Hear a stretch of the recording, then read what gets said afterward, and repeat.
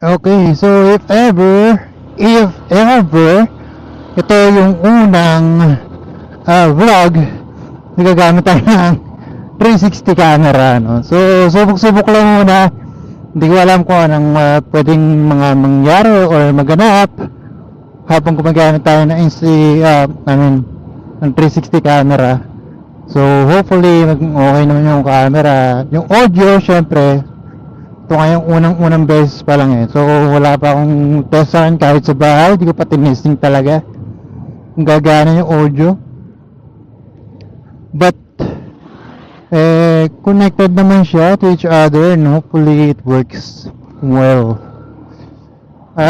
Medyo binabantayan ko yung camera kasi malog. Hindi ko alam, baka yung pagiging malog nito makasama sa pagiging output eh. I don't know. Hindi maganda yung motorcycle mount natin eh.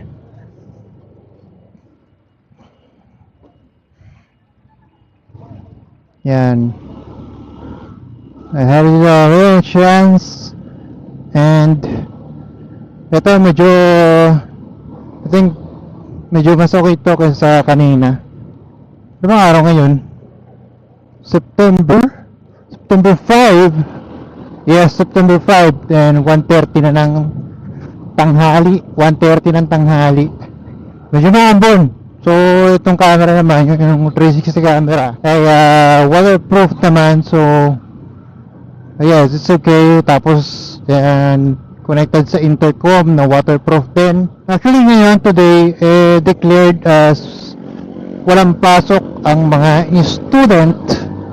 Nahihirapan na ako magsalita, naiipit na yung pisngi ko sa helmet natin eh. Ayun nga, walang pasok ang mga estudyante. Pero syempre, mga estudyante lang yun. Tayo, so kanina galing naman na tayo doon, babalik lang tayo. Kumain lang naman tayo eh. Meron pa tayong mga gagawin pa. Mamaya, sabihin ko pala yung ginagamit tong bagong 360 camera, no? It's from Insta360. Kaya connect tayo sa Bluetooth. Kasi mo din kasi parang ako na lang yata yung yung hindi ko magamit. Karamihan ng mga nakikita ko ngayon sa Facebook gumagamit na ng 360 camera. Ito na yata ang bagong meta in terms with the motovlogging. Syempre dati alam niyo na yung mount dito, ito mayroon pa tayong chin mount dito.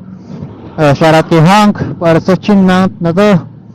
So still nakakapit pa rin naman kasi minsan okay pa rin naman yung ganong setup, yung may GoPro or an action camera dito sa chin ng helmet kasi sobrang dali mag-edit. Like lang siya, cut and go lang siya eh, parang ganun lang eh. At pagka 360 camera, syempre kaya mo pa ng reframing. Ang mahirap pa pagka hindi kaya ng phone mo yung pagiging load ng 360 pagiging 360 kasi syempre mabigat yan eh, 365 yan eh, or I mean 5.7K resolution, di ba? So baka sa 10 minutes na halos ilang gig din nyo, 8 gig 10 gig, depende pa depende yun sa file and codec. Yun nga, so medyo maproseso talaga pagka 360. So medyo bilib tayo dun sa mga nakakapag-vlog na Actually ito, ganitong setup talagang na-inspired ako na gumawa ng ganitong setup dahil kay G1ZX. Sa totoo lang real talk kasi parang anytime pwede siya mag-vlog. So abutin niya lang yung camera, yun lang, tapos yun na once connected yung intercom niya sa camera, good to go. Pwede na siya magsasalita yan kung ano-ano. Pero may sense naman yung sinasabi niya, kaya talagang na-inspired din talaga ako sa pag-vlog niya. And syempre gusto ko rin mag-explore na mga bagong kung ano pang kaya kong gawin, So hindi lang sa GoPro, Kasi yung action cameras natin, mga wide angle camera natin, yung mga action camera is nagagamit din natin sa banda, no? So pagka may gig, so yun, nagagamit ko as recording video, syempre, pang record.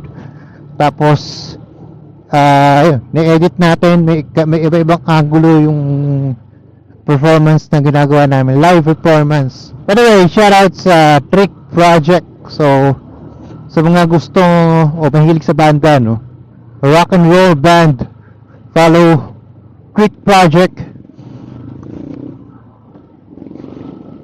Nandiyan nyo ito, ayun, Facebook page, so follow nyo na lang.